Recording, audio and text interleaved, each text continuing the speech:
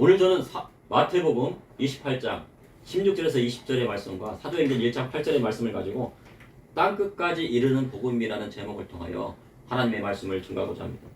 이제 코로나가 지나고 마스크를 완전히 벗어도 되는 시절이 되었습니다. 며칠 전에 이발하러 갔더니 그 미용사분이 마스크를 벗어도 된다고 합니다. 그래가지고 제가 깜짝 놀랐습니다. 아 그래요? 마스크를 벗어도 됩니까? 그랬더니 벗어도 되고 써도 되는데 벗어도 됩니다. 그러더라고요. 그래서 이제 마스크를 벗는 것이 자유가 되었구나라는 생각이 들었습니다. 그런데 마스크를 벗으면서 학교마다 감기가 유행이었다고 합니다. 감기가 돌면서 코로나는 아니지만 열이 나는 전형적인 독감의 형태를 보였습니다. 그렇게 봄철이 되면 감기도 한 번씩 앓고 독감도 지나가야 완전한 봄을 맞이한다고 합니다. 그리고 이렇게 봄이 되면 어떻게 해요? 해외 여행객들이 점점 늘어나고 있다. 해마다 우리나라 사람 중에 절반이 해외 여행을 나간다고 할 정도로 그렇게 많이 해외 여행을 다니고 있습니다. 특별히 반일 감정이 있음에도 일본을 미워하지만 또 일본에 많은 여행객들이 막 간다고 합니다. 우리나라에서 막 그 일본 여행을 가는데 대부분이 한국 사람이라. 또 그리고 중국 사람도 5월이 되면 연휴를 맞아 우리나라에 관광을 오려고 준비를 한다고 합니다. 중국 사람들도 우리나라가 막 싫다고 그러면서 반한 감정이 있다고 하면서 또 여행은 또 우리나라에서 명동이라든가 이런 것을 막 그 여러 가지 물건들을 사가던. 우리나라 사람들이 동남아 여행도 많이 하지만 꼭 가고 싶은 관광지로 뽑는 것이 유럽이라고 합니다. 저도 유럽은 가보지 못했습니다. 유럽 여행 중에도 이탈리아 로마를 손꼽습니다. 이 로마는 도시 전체가 박물관이라 할 정도로 고대 유적들이 많은 곳입니다. 사도 바울도 로마에 가고 싶은 마음에 로마서를 먼저 썼을 정도였습니다. 그리고 프랑스를 손꼽습니다. 파리의 에펠탑, 그리고 루브르 박물관, 그리고 많은 유물들이 있답니다. 그리고 프랑스의 국립도서관에 가면 조선시대 병인양요에서 빼앗긴 직지신경이 그곳에 보관되어 있다고 합니다. 그것을 찾아와야 되는데 직지신경은 고려시대 세계 최초의 금속 활자본이 그러니 우리나라 그 기술력이 아주 뛰어난 거예요. 구텐베르크보다 60년이 앞섰다고 합니다. 60년 이상이 앞선 그런 활자본인데, 그런데 우리나라는 그 세계 최초의 금속 활자본으로 불경을 전파하는 데 썼습니다. 그런데 구텐베르크의 그 활자본은 성경을 찍어서 보급하는 데 사용했다고 보고 있습니다. 그래서 그 차이가 있습니다. 이렇게 세계는 글로벌 시대를 넘어 가고 싶은 곳은 어디든지 갈 수 있는 시대가 되었습니다. 그런데도 세계화 시대가 왔음에도 갈 수 없는 곳이 있습니다. 그 대표적인 곳이 바로 북한입니다. 북한은 우리가 갈 수가 없습니다. 우리나라에서 북한을 여행한다는 건 상상할 수도 없고 쉽지 않은 일이라고 합니다. 하지만 믿음의 성도가 결국 복음을 들고 가야 할 곳이 바로 북녘 땅이라 할 수 있습니다. 오늘 본문을 보니 주님께서 부활하신 후 40일간 함께 하시며 제자들에게 명령하신 말씀이 있습니다. 그 말씀이 오늘 본문의 말씀입니다. 이 말씀이 바로 예수님의 마지막 유언이라고 학자들은 말합니다. 그리고 지상 명령으로 잘 알려져 있는 말씀입니다. 그런데 주님의 명령에는 세상 끝날과 함께 땅끝까지라는 말씀을 하시고 계십니다. 그럼 예수님께서 말씀하신 세상 끝날과 땅끝이란 무엇을 말하는 것일까요? 이를 통해 주님의 지상 명령은 무엇이고 땅끝은 어디인지 여러분과 함께 하나님의 말씀을 나누고자 합니다. 첫째, 땅끝까지는 모든 믿는 자에게 주시는 선교의 범위를 말합니다. 오늘 본문 마태복음 28장 16절에 11 제자가 갈릴리에 가서 예수께서 지시하신 산에 이르러를 보니 11 제자들이 예수님께서 지시한 산에 이르렀다고 성경은 기록하고 있습니다. 그러면 주님께서 지시한 산은 어디일까요? 성경에는요, 이 지시한 산의 정확한 명칭이 기록되어 있지 않습니다. 그런데 성경의 산은 하나님의 임재가 있는 곳을 말씀하시는 것입니다. 에덴 동산은 창세기 2장 8절에 여호와 하나님께서 동방에 에덴 동산을 창설하셨는데 그 지으신 사람을 거기에 두셨다고 말씀하셨습니다. 그렇게 아담은 에덴 동산에 살 때 하나님의 임재가 있었습니다. 그래서 항상 하나님과의 관계가 원만했고 원활하게 소통이 되었습니다. 그러나 아담의 타락 이후에 하나님과의 관계가 깨어지고 죽음이 오게 되었습니다. 그리고 성경의 호렙산은 하나님께서 모세를 부르신 산이었습니다. 그리고 시내산에서 이스라엘 자손들에게 3개월간 그곳에 머물게 하면서 모세가 하나님의 계시의 말씀을 기록하였습니다. 특별히 그 레위기를 썼습니다. 모세오경을 쓰게 됩니다. 이처럼 예수님께서 지시한 산으로 가라 하신 것은 그곳에서 주님께서 지상 명령을 주시기 위함입니다. 시내산에서 하나님께서 하나님의 말씀을 주셨죠. 예수님께 지시하신 산에 가라신 이유는 뭡니까? 주님의 그 지상 명령을 제자들에게 주시기 위한 것입니다. 구약 성경과 신약 성경에 어느 정도로 이렇게 소통이 되는 것입니다.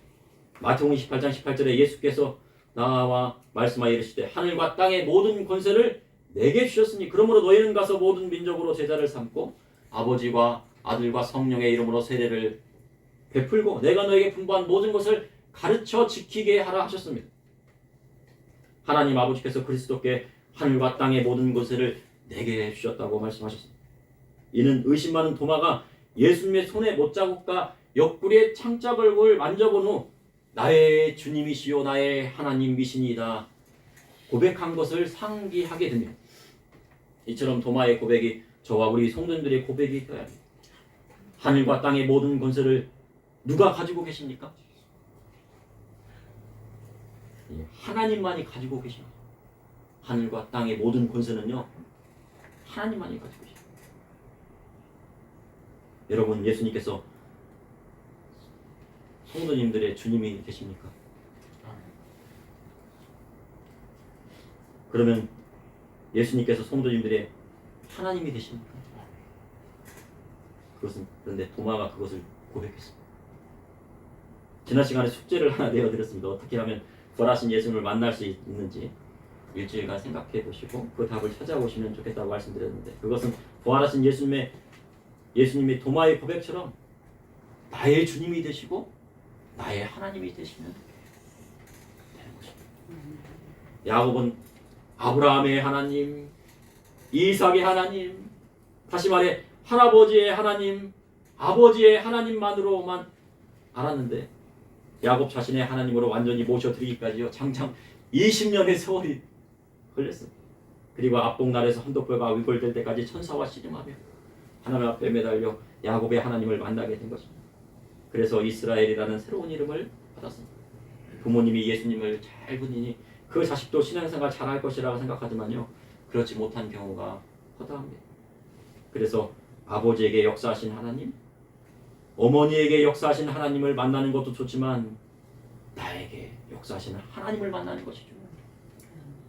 우리 송일필 목사님 저기 가실 때 이렇게 차에 모셔다니면서 막 그 전에 하나님께서 막 역사하셨던 그런 일들을 막 송영희 목사님께 역사하셨던 이야기 하시면요, 그 하나님이 나의 하나님이 되어야 할 텐데. 우리 담임 목사님께서 옛날에 치료 안 받으시고 하나님께서 막 질병을 치료하셨던 그런 역사, 우리 최순희 목사님께도 역사하셨던 그 하나님이 우리 담임 목사님이 하나님으로 끝나시면 안 되고 나의 하나님이 되어야지.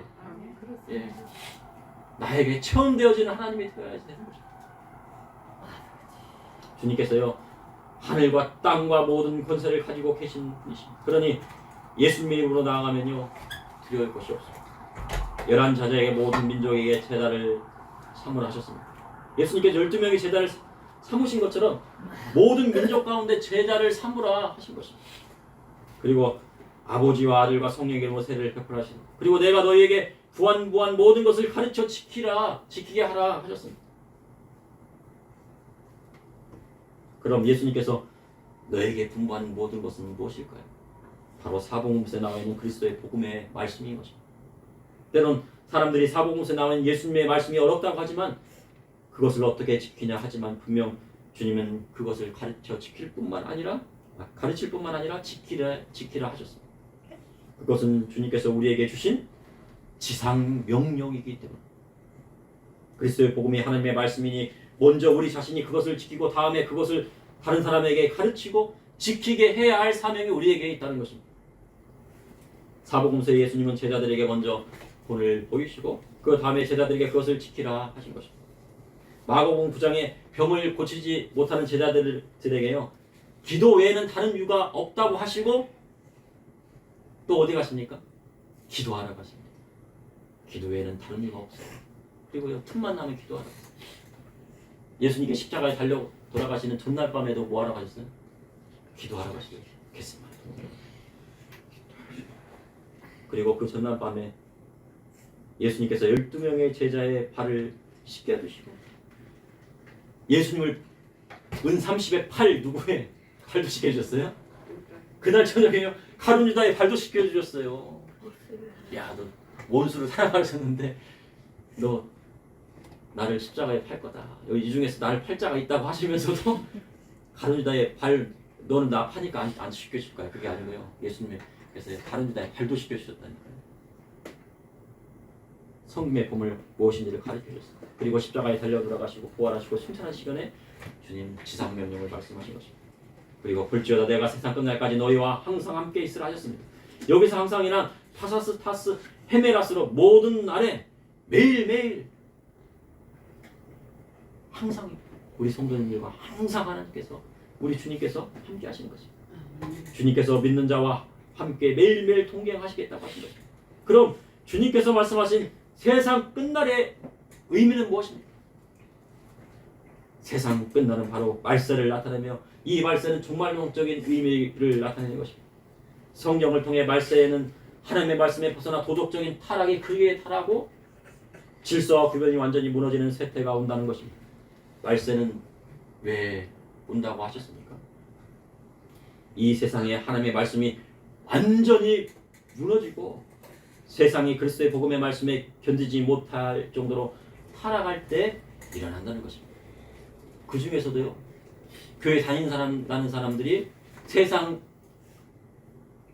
일을 따라가고 타락하는 것도 포함이 되어 있는 거예요.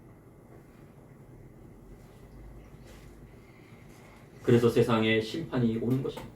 그런데 예수님께서 그러한 때가 올 때까지 주님의 말씀을 믿고 따르는 성도에게 함께 하시겠다고 말씀하신 것입니다. 그럼 성도에게 주시는 선교의 범위는 어디일까요? 사도행전 1장 8절의 말씀은 대부분 모두 암송을 하는 말씀입니다. 오직 성령이 너희에게 임하시면 너희가 권능을 받고 예루살렘과 온 유다와 사마리아 땅끝까지 이르러 내 증인이 되리라 하셨습니다. 그곳에도 선교의 범위가 나와 있습니다. 땅끝까지 이르러. 그러니 그리스도의 복음은 땅끝까지 증거해야 하는 것입니다. 그래서 땅끝은 성도의 선교의 범위가 되는 것입니다. 둘째, 땅끝까지는 모든 지역, 모든 민족, 모든 나라에 그리스도의 복음을 증거해야 함을 말씀하신 것입니다. 사도행전 18장 2절에 보면 브리스길라와 아굴라가 나옵니다. 이들은 당시 이탈리아에서 새롭게 고린도에 들어온 성도였습니다. 그래서 아마 사도 바울은 이들을 통해 새로운 선교지 로마에 대한 소식을 들었을 것입니다. 그래서 바울은 로마에 가고 싶어 했습니다. 모든 길은 로마로 통한다. 말이 있을 정도로요. 로마는 당시 세계의 중심이었습니다. 말은 어디로 보내? 제주도로 보내고 사람은 어디로 보낸다면? 서울로 보낸다. 이처럼 사도 바울은 예수님께서 명령하신 땅끝까지 이르러 내 증인이 되라 하신 말씀을 이루기 위해 세계의 중심지였던 로마에 들어가고 싶었던 것입니다. 사도 바울이 로마의 저자입니다. 그런데 서신서를 쓴 당시 그는 로마에 한 번도 가보지 않았습니다. 한 번도 가보지 않은 상태에서 로마에 있는 성도들에게 부르심을 받은 자들, 그러니까 로마에 있는 교회라고 볼 수 있죠. 교회의 성도들에게 편지를 한 것입니다. 그리고 로마서 15장 22절 23절에 보니 그러므로 또한 내가 너희에게 가려 하던 것이 여러 번 바뀌었더니 이제는 이 지방에 일할 곳이 없고, 고린도에 이제 교회를 세우고 복음을 전했다는 것입니다. 또 여러 해 전부터 언제든지 서바나로 갈 때 너희에게 가기를 바라고 있었으니 이는 사도 바울이 고린도 교회를 세우고 복음의 싹이 틔우고 로마로 가고자 하는 계획을 세웠다는 것입니다. 그리고 로마를 넘어 서바나로 가는 계획까지 세웠다는 겁니다. 서바나는 바로 지금의 포르투갈과 스페인, 유럽의 서쪽이에요. 그러니까 이 사도 바울은요, 땅끝이 어디라고 생각한 거예요? 야, 저기 포르투갈, 스페인까지 내가 복음 전하면 예수님 오실 거야 라고 생각합니다. 그래서 로마 제국 당시 가장 서쪽에 위치해 있어서 사도 바울은 그곳에 세상 끝으로 간주했던 것을 보여줍니다. 땅끝까지 복음을 전하면 주님 다시 오시겠다고 말씀하셨기 때문에, 그래서 주님 다시 오심을 기다리는 사람은 땅끝까지 복음을 전하는 사람입니다. 그렇게 유럽에 복음이 편만하게 증거되고 예수 믿는 사람이 많이 증거되자 1620년에 메이플라워를 타고요.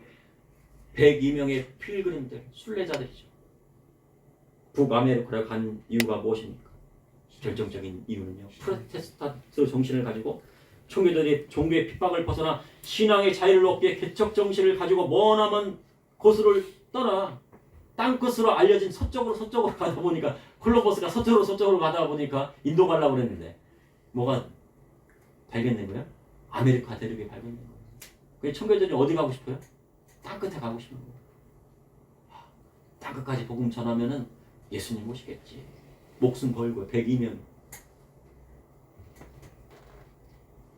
그것이 바로 아메리카 대륙입니다. 그래서 믿음의 성도는 어떠한 때는요. 나라에 연연하지 않을 때가 있는 것입니다. 왜냐하면요. 그들의 신앙을 지키고 새로운 땅으로 나아가면 그곳에 새로운 나라를 세우면 되기 때문입니다. 야곱의 신앙은 하나님의 축복을 받아 하나님의 말씀대로 나아가 이스라엘이라는 자신의 이름이 나라의 이름이 되고 자신의 이름이 민족의 이름이 되는 역사가 일어나는 것을 보고 나아간 사람입니다. 그런데 이처럼 총교들에게 세워진 나라 미국이 19세기에 하나님께서 물붓듯이 부어주시고 50년간요 물붓듯이 막 하나님께서 부어주시고 세계 부흥이 되었어요. 그것을 보고요 주님이시다를 외치면서 야 이거 주님이 하셨다. 우리 간 게 아니. 그래서 이들이 생각한 건 뭐예요? 땅끝까지 이르러 복음을 증거하신 말씀을 따라요. 배를 타고요. 이번엔 태평양의 서쪽이 어디입니까? 서쪽으로 퓨리탄들이 프로테스탄트 정신을 간 청교들이 서쪽으로 가갖고요. 아메리카 대륙 가는데 이 미국 사람들이 막 섬겨야 되는데 서쪽으로 가니까 어디가 나와요? 우리나라가 나오잖아요. 일본과 우리나라, 중국 이런 나라가 나오잖아요. 그렇게 잘 알려지지 않은 우리나라에까지 왔는데 1984년 의료 선교사인 알렌과 1985년 아펜젤러, 언더우드, 스크랜턴 그 사람들이 여기 와서 뭐에 자기 전산을 털어가지고 뭐 했습니까? 병원주 갖고 졌어요. 저기 가면 세브란스 병원 있잖아요. 연세대학교, 이화대학교, 뭐 배제학당, 뭐 이화학당, 뭐 저기 막 숭실대학교 그게요. 그 선교사님들 자기 돈 다 털어가지고 세운 학교입니다. 우리는 사랑의 빚을 졌어요. 이처럼 미국 선교사의 땅끝까지는 지금의 대한민국 이렇게 복음의 씨앗이 뿌려준 후에 1970년대 80년대 우리나라의 기독교의 대붕이 있었습니다. 그 붕의 현장에 우리 성도님들, 목사님, 뭐 권사님, 뭐 우리 전사님 다 있었어요. 그 현장 있으셨습니까? 있으셨죠. 그리고 그 대부흥과 함께 경제적인 폭발적인 성장이 있어요. 그래서 우리나라에 많은 선교사들을 세계에 보냅니다. 특히 동남아시아에 많은 선교사를 보냈습니다. 그래서 중국뿐만 아니라 필리핀, 인도네시아예요. 지금 중국에요 기독교인이 9천만 명에 1억이 넘는다고 합니다. 통계를 따지면 한 2억 명 정도 된다고 그래요. 우리나라 사람보다 더 많은 우리나라는 뭐 천만 명 정도 된다고 하는데 지금 중국의 기독교인들 지하교에 있는 성도들은 1억이 넘는다고 그래요. 1억에서 2억 명을 다 따지고 있습니다. 누가 전했어요? 우리나라에 선교사들 그랬잖아요. 조선족이라고 우리가 그러지만 그분들 막 선교해가지고 그쪽 곳을 보냈잖아요. 중국의 선교는 누가 했어요? 조선족들 우리가 그분들이요 신앙을 갖고 거의 그분들은 진짜로 대단한 분들이에요. 똘똘 묻힙니다. 그래가지고 막 복음 막 증거해요. 중국어도 하고 한국말도 하고. 베드로전서 2장 9절에 그러나 너희는 택한 족속이여 왕같은 제사장이여 거룩한 나라여 그의 소유된 백성이니 이는 너희를 어두운 데서 불러내요 그의 귀한 빛에 들어가게 하신 이의 아름다운 덕을 선포하게 하게 하심이라 하셨습니다. 그래서 믿음의 성도는요 거룩한 나라가 되는 것입니다. 이는 야곱에게 약속하신 하나님의 축복이 이 시대에도 이루어진다는 것입니다. 너희는 택한 족속이다. 왕같은 제사장이다. 거룩한 나라다. 그 말씀을 누가 하셨어요? 하나님께서 야곱에게 하셨잖아요. 너는 나라고 너는 민족이 될 것이고 아브라함의 하나님, 이삭의 하나님, 야곱의 하나님이 그 말씀을 계속 하셨어요. 근데 베드로전서 2장 9절의 말씀이 그 말씀하고 상통이 됐잖아요. 그럼 현재 우리나라가 바라봐야 할 땅끝은 어디일까요? 우리도 땅끝으로 나가야 돼요. 앞으로 얼마 되지 않아요. 남북 통일이 될 것입니다. 그러면 북녘 땅을 넘어서 동북 삼성 만주 땅이죠. 간도 땅.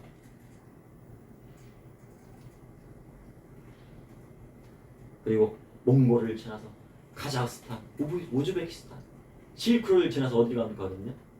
우리가 요즘 보통 터키라고 하는데 터키라고 하면 안 된대요. 그 사람들이 싫어한답니다. 뭐예요? 나라가? 예, 트르키에라고 합니다. 지진이 많이 났죠. 원래요. 거기가 소아시아 지역이에요. 바울이 막 에베소서 뭐 서머나 두아디라 막 7개 막 그 지역입니다. 근데 지금 어떻게 됐습니까? 이스라엘 사람들이 거기를 다 터키장했어요. 그래서 그곳까지 가야 복음이 친거든요. 그런데 이곳은요 우리나라와 어순이 똑같습니다. 영어나 뭐 프랑스어, 독일어는요 어순이 다 똑같아요. 그래서요 영어만 잘하면 독일어, 프랑스어 뭐 12개 국어를 한다는 것은 가능해요. 근데 우리나라 사람들은 그렇게 하기 어려워요. 왜 그러냐면 어순이 다르기 때문에. 그런데요 이 북한 우리나라 말 똑같고요. 문화도 같고 먹는 것도 똑같습니다. 동북 삼성도 그래요. 만주 땅도 그렇고 간두 땅도 그렇고 그리고 몽골도 우리나라하고 어순이 똑같습니다. 그래갖고요 단어만 알면 거기다 탁탁탁 넣으면 금방 해요. 일본은 어떻습니까? 우리나라하고 어순이 똑같아요. 그래서 일본은 우리의 문화, 백제의 문화를 이어받았잖아요. 그렇죠? 역사적으로 봤을 때. 그래서 어순이 똑같아요. 이어지는 겁니다. 그리고 몽골 땅, 카자흐스탄, 우즈베키스탄, 터키도 어때요? 우리나라하고 어순이 똑같습니다. 그 복음의 실크로드가 연결이 되는 겁니다. 어순에 따라서. 현재요. 북한의 많은 탈북민에 의하면 지하교회 예수님을 믿는 성도들이 있다는 것이 고무적입니다. 그래서 최근 북한 인권보고서가 최초로 발간되었다고 합니다. 그래서 북한 이탈 주민의 508명을 상대로 1600건의 사례를 수집하여 발간했는데 북한에서 남한말을 쓰거나 드라마를 보면은 노동 교화형에 처해진 겁니다. 아니 그랬어요 저랬어요 그랬다고 하죠. 아이 뭐 에미나이 너희 오라고 그래가지고 남한말을 쓰네 그래가지고 잡아가지고요. 노동 교양은 뭐냐면 아침 새벽부터 해가지고 12시간에서 13시간 저녁 9시까지 그리고 거기는요 쉬는 날이 없어. 주일이 없어요. 뭐 안식일도 없고 주일도 없습니다. 그래갖고 6개월 동안 그냥 막 하루 13시간 12시간을 막 그냥 노동을 시키는 거예요. 3개월 6개월 극한 노동을 해야 한다. 그리고요 한국 드라마가 지금 북한에 유행하고 있는데 만약 한국 드라마를 보면 그 노동 교화형이지만 그것을 막 유표하는 사람은 공개 처형입니다. 그리고 특별히요 성경 쪽복음 이런 거 조그만 성경 책을 갖고 들어갈 수 없답니다. 그래서 신학성경 목사님들이 우리 선교사님들께서 그분들이 쪽복음을 돌다 말아갖고 어디다가 그 뭐 바자 같은 데다가 아니면 뭐 이런 데다가 해가지고 이렇게 보낸답니다. 근데 그거를 유포하는 걸 잡히면 공개 처형. 그리고요 북한은요 장애인에 대한 인권이 보장되어 있지 않답니다. 그래서 북한에는 83호 병원이 있는데 동의받지 않은 생체 실험을 이루어지고 가족들이 이거는 고칠 수 없습니다. 그러면은 거기다가 보내면 어떻게 해요? 83호에 들어가서 코로나가 막 간다면 코로나 막 생체 실험하는 거예요. 뭐 여러 가지 막 질병들 뭐 이런 것들 넣어갖고 그런다면 그러니까 인권이라는 것은 그곳에 없는 것이죠. 그리고 예수 믿는 것이 발각되거나 정치적인 발언. 어떤 사람이 김일성 이렇게 그 사진에 있는 거기서 막 춤을 추다가 그걸 찍었나 봐요. 영상으로. 손가락을 딱 이렇게 했는데 처형됐습니다. 일단은 그리고요 예수 믿는 것이 발각이 되면요 정치범 수용소에 들어가게 되는데 근데 그것이 어떤 곳인지 알려지지 않았답니다. 왜냐하면요 거기에 한번 들어간 사람이나 그 가족은요 나왔다는 사람이 없어요. 사라지는 거예요. 그러니 북한에 예수 믿는다는 것은 쉽지 않은 거예요. 그러니 우리의 신앙보다 북한의 지하교회에 있는 성도들의 신앙이 더 좋은 거예요. 그들이 더 하나님의 말씀을 더 잘 지켜요. 이제 북한의 인권에 대해 세계에 알려야 합니다. 그리고 북한 정권이 무너지고 평화 통일이 돼야 합니다. 그런데 그것이 저는 올 것 같습니다. 곧 우리가 그들을 능가하는 강력한 힘에 의한 평화 통일이 돼야 합니다. 그런데 그런 강력한 힘이 있어야 평화 통일이 된다는 말씀이 어디에 나와 있습니까? 신약 성경에 나와 있습니까? 구약 성경에 나와 있습니다. 그래서 구약 성경을 보면요, 하나님 말씀대로 이 땅에 나라를 어떻게 통치해야 나라가 부강해지고 강해지고 나라를 지킬 수 있는지 신약 성경을 보면 잘 몰라요. 원수도 사랑을 하겠습니까? 어떤 사람이 어떤 조선이 그러더라고요. 김정은도 사랑해야 된다고. 아까 그랬잖아요. 정치범 수용소에 막 보내는 그 김정은을 사랑해야 된다고. 그래서 제가 깜짝 놀랐습니다. 근데 왜냐면요, 신약 성경을 계속 보면은요, 그것을 이해할 수가 없어요. 그런데 구약 성경을 보면요, 나라를 어떻게 통치해야 되는지, 나라가 어떻게 이제 부강해야 되는지, 그것이 나와 있어요. 성도들이 회개를 해야 되는데, 만약에 성도님들이 회개를 한다고 그러면 어떤 기준으로 해야 됩니까? 예수님 말씀으로 회개해야 되죠. 또 그리고 더 깊은 기준은 뭐니? 구약 성경에 나와 있는 십계명을 통해서 그 회개의 기준이 나와 있는 거예요. 바로 구약 성경에 하나님 말씀대로 이 땅의 나라를 어떻게 통치해야 되는데, 성도들이 이 땅에서 어떻게 살아야 되는지를 나와 있다고 하면요, 신약 성경에는 어떤 말씀이 나와 있습니까? 예수님께서 무엇을 전하셨어요? 복음인데요. 바로 천국 복음. 하나님 나라를 어떻게 들어가는지, 성도들이 하나님 나라를 어떻게 들어가고 천국에 어떻게 들어가는 거에 대해서 신약 성경을 통해서 말씀을 하신 것입니다. 그러니까 믿음의 성도들은요, 구약 성경 읽고 그래야지 정치가 이해해야 돼요. 왜 저 정치인들은 왜 저럴까? 정치를 이해하려면요, 구약 성경을 이해해야 돼요. 예. 우리 유리원사님 잘 아실 겁니다. 거기에 보면 막 정치 막 다윗 보면 그 집안에서부터 막 정치가 어떻게 되는지 막 나와 있죠. 근데 신약 성경에는 그런 정치적인 내용이 안 나와 있잖아요.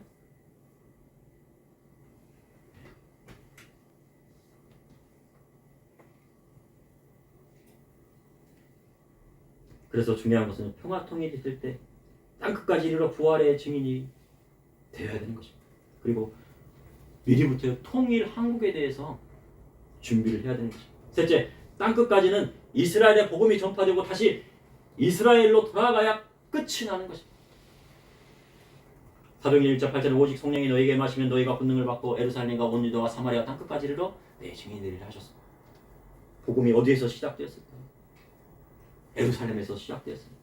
예수님은 유대인으로 이 세상에 태어나셨습니다. 그래서 로마서 1장 16절에 내가 복음을 부끄러워 하지 아니하노니 이 복음 모든 믿는 자에게 구원을 주시는 하나님의 능력이 됨이라. 먼저는 유대인에게요, 그리고 헬라인에게로다. 그리스도의 복음이 유대인에게서부터 시작이 되었습니다. 그리고 그래서 이 사도 바울은 먼저는 누구한테 라고 했어요? 로마서에 보면 먼저는 유대인에게요, 그 다음은 헬라인에게다. 그리고 모든 이방인에게 복음이 증거해야 되는 것입니다. 12제자도 다 유대인입니다.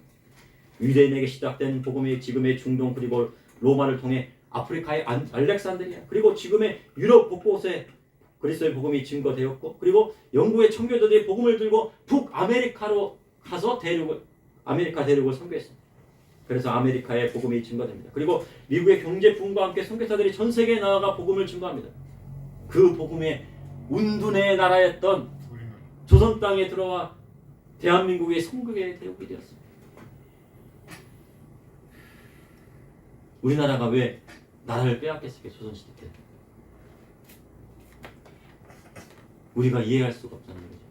우리는 백이민족이고 다른 나라를 침범한 적이 없고 다른 나라들을 사랑하고 베풀 줄만 알았지. 왜 그랬을까요? 그걸 구약 성경적으로 보면은요, 우리나라 조선 땅에 군대가 있었는데 군대가 8,000명이었답니다. 조선 땅 전체에 군인이 이 선교사님이라 이런 보고들이 있어요. 그러니까 어떻게 해요? 나라가 8,000명으로 어떻게 중국, 일본, 러시아 이런 나라를 어떻게 이겨요? 이길 수가 없잖아요.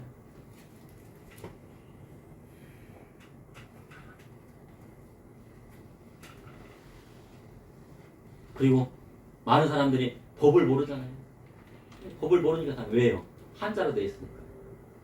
그런데 선교사님들이 한글로 성경을 번역해서 읽게 시키니까요, 막 똑똑해졌어요, 민족이. 갑자기. 한글로 또 법을 막 또 해석하니까 모든 사람 대부분 알게 됩니다. 그래서 우리 어린이 여러분들, 저는 그렇지만 어린이 여러분들은요, 법을 알아야 돼요. 법 공부해야 돼요. 법을 전공하지 않아도 판사, 뭐 검사 뭐 이런 걸 떠나서 헌법도 알아야 되고요. 다 읽어야 됩니다. 할 것이 많습니다.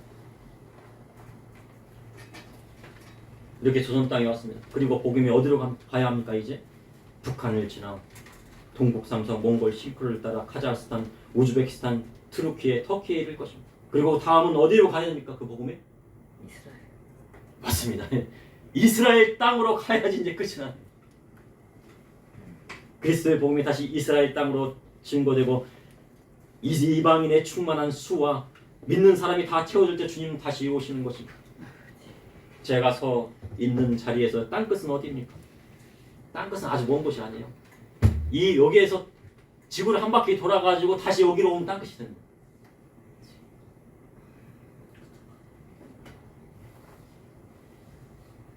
그럼 믿음의 성도에게 땅끝은 어디 있을까요?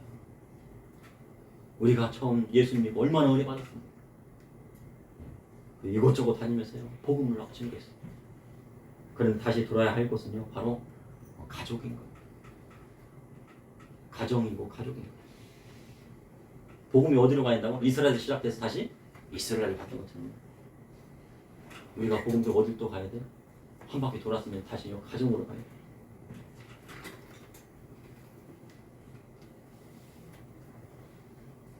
이스라엘 땅에서 시작된 복음이 다시 이스라엘 땅으로 돌아가야 하는 것처럼 가정에서 시작된 복음은 다시 믿지 않는 가족을 전도하고 믿지 않는 형제들을 전도하는 것으로 끝이 나야 하는 것입니다. 이 설교는요, 우리 성도님들에게 전하는 말씀이 하나님의 말씀이긴 하지만 저희한테도 해당이 됩니다.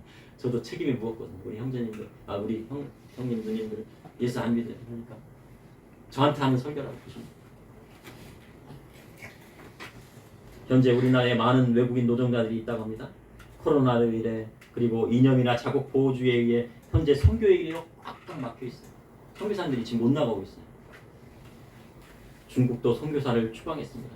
공산권의 선교사들을 추방하고 이슬람 지역은 기독교의 극심한 핍박이 온다고 합니다. 그러면 어떤 방법을 써야 합니까? 바로 우리나라 땅을 찾아온 이방인에게 복음을 증거하는 것입니다. 그러면 자기 나라로 돌아갈 때 복음을 증거하는 선교사가 되는 거예요. 말씀을 가르쳐 가정으로 돌려보내는 것입니다. 교회가 하나님 말씀을 가르치면 어디로 보내야 합니까? 교회에서 하나님 말씀을 가르치면 어디로 보내야 돼요?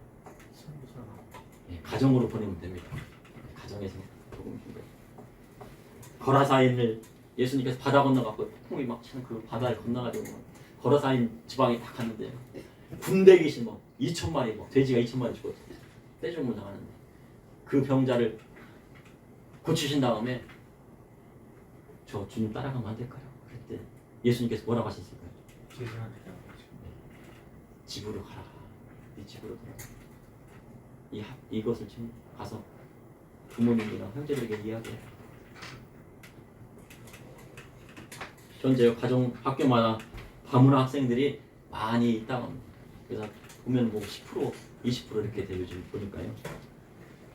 우리와 말과 문화가 조금 다르다고 차별하지 말고, 북한 탈북민들이 있으면 저분들 어떤 생활인지 모르잖아요. 차별하지 말고 사랑으로, 예수님의 사랑으로 그들을 대할 때 주의 복음이 증거되는 효과가 나타나는 거죠.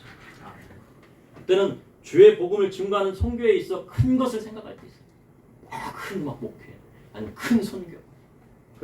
그래서 선교에 대한 비전을 쉽게 가지지 어렵다고 합니다. 그런데 크게 해도 좋지만 작은 것에서부터 시작하는 것이 선교예요. 주의 탈북민에게 관심을 가지고 복음을 증거하고 다문화 가정에 관심을 가지고 그리스도의 복음을 증거할 때 선교가 시작됩니다. 탈북민들은요, 얼마나 가족들을 사랑하는지요. 여기서 혼자서 넘어왔으면 여기서 막 돈을 벌어갖고 북한에다 보내요. 그래갖고 저기 동생, 자식 막 돈 들여갖고 어머니 또 여기 돈 벌어갖고 데려오고 그러다가요 어머니가 저기 태국까지 넘어가가지고 이제 거의 막 탈북 해갖고 이제 넘어오는 직전에 누구한테 받았어요? 중국 공안들에 막 다 잡혀가고 그런 분들도 많이 계시더라고요. 우리나라 사람들은 어때요? 부모님 연로하시고 힘드시고 그러면 어떻게 합니까? 버리잖아요. 요양병원에 보내고. 근데 탈북민은 어떻게 해요? 내가 여기 열심히 해서 막 뼈 빠지게 일해가지고 막 그 돈을 내갖고 어머니 모시고 형제 모시고 내 동생 모시고 그래서 사는 거. 그래서 뭐를 증거해야 돼 그분들한테? 복음을 왜요? 예수님은 안 믿지만 하나님 말씀대로 살잖아요. 그래서 그들에게는 복음 증거야. 천방지축이고 말도 안 듣고 막 그냥 사고치고 그러면 복음을 증거해도 안 들어가요. 근데 하나님 말씀대로 부모님 공경하고 형제 사랑하고 하니까 그분들한테 복음을 증거해요. 그러므로 땅끝까지 모든 민족에게 주신 선교의 범위인 것입니다. 이는 땅끝까지는 모든 지역, 모든 민족에게 그리스도의 복음이 증거되어야 함을 말씀하십니다. 또한 땅끝까지는 이스라엘의 복음이 전파되고 다시 이스라엘로 돌아가야 주님 다시 오시는 거예요. 그래서 이스라엘에서 이스라엘 다시 돌아가는 걸 우리에게는 적용하면 어떤 겁니까? 우리가 모르는 사람만 복음 증거하지 말고 이제 가족을, 그래서 제가요 가족을 막 전도해갖고 우리 교회 나오라는 게 그것이 아니에요. 그게 아니고요 가까운 교회 나가십니다. 예수님 믿고 가까운 교회. 제가 만약에 우리 형님을 전도했다 그러면 어디를 가는데요? 거기 마을에 교회 있잖아. 거기 나가십니다. 거기 가서 예수님 잘 믿고 신앙생활을 잘하면 돼요. 그것이 바로 오늘 우리에게 주시는 하나님의 말씀이라고 저는 생각합니다. 잠시 기도하시겠습니다. 사랑해 주님 오늘도 감사합니다. 주님 오늘 이렇게 주일 예배로 나아갈 수 있도록 인도하여 주시니 감사합니다. 북녘 땅에는 지하교회 많은 성도님들이 어려운 가운데서도 하나님의 말씀을 지키기 위해 목숨을 걸고 예배하고 있다고 합니다. 주님 우리가 그들의 신앙을 본받게 하여 주시고 우리의 믿음을 더욱 키워서 주님께서 말씀하신 지상명령을 우리가 지킬 수 있도록 인도하여 주시고 세상 끝날까지 함께 하신다는 주님의 그 말씀을 믿고 땅끝까지 복음을 증거할 수 있도록 인도하여 주시옵소서. 예수님의 이름으로 기도합니다. 아멘.